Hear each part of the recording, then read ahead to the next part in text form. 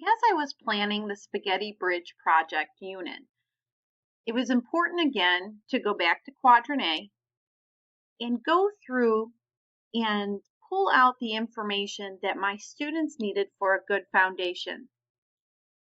So students were studying Newton's laws of motion. They gathered notes on it through a PowerPoint tutorial. They were doing lab activities. They were practicing with their Quadrant B worksheets. They went into Quadrant 3 with a project to be able to create a comic book that illustrated visually the different laws of motion. Students then also completed a Bridge web quest to investigate 8 different types of bridge structures and which structure is best for which scenario. And then finally, the students were given their student guide for the project that would produce their product, which was the Spaghetti Bridge. When creating the Spaghetti Bridge project, PBL, this is the student guide that I put together. The first page is a lesson plan. It goes over the purpose, the objective, the content standards, and the materials that are needed for this project to take place. Also is included a teacher's note to help with any tips or tricks or any other information that would be important prior to presenting this project. Now the student guide is going to start off with what the problem is. Here it is. Your town is in need of a new bridge construction over Groovy River. I have included a driving question that is not closed, so it cannot be answered just with a yes or no.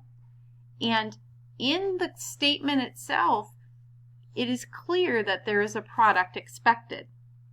It goes through and it gives students information that they should be researching and that they are going to need to purchase materials for their structure. This is right then when students are like, what? Why do I have to purchase materials?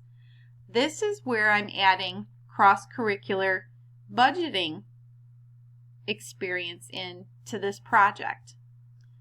Students are given a budget of $6,975 and they're given 3 checks that they can use for this project. Now the cool thing is, well, in my opinion, the cool thing is that the closer they get to spending their budget, the more points that they get. This way, students are going to be very savvy, they're going to be very calculating, and they're certainly going to be thinking how to get the best bang for their buck. They have the option to purchase insurance, just like we have the option to purchase insurance on items that we buy. However, there's insurance restrictions, just like there is in real life. Then they have a preparation and getting started section where I give them questions to think about, and I'm requiring them to research these questions, write them down in a journal, and that journal will be turned in with the final product as well. Now there's materials listed, there's the cost per item listed, and then it gives them some little hints and information about how to get full credit. It says see rubric for grading structure. So I have created a rubric to spell out for students what it is that they need to do to get the most points possible. As you can see, I've included sections for being on time, for their journal, and I've listed there what it is that I will be looking for their blueprint, for how much their bridge holds, the length of their bridge, and the total budget that they used when creating this product.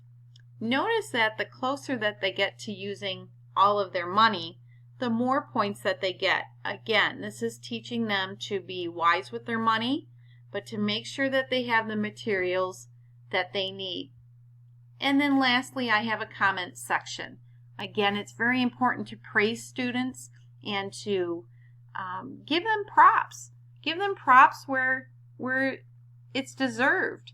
For sure, give constructive criticism or comments or suggestions, but also make sure that you talk about the good things about their product or their project or about their journal or their budgeting skills. Make sure to encourage your students through positive comments.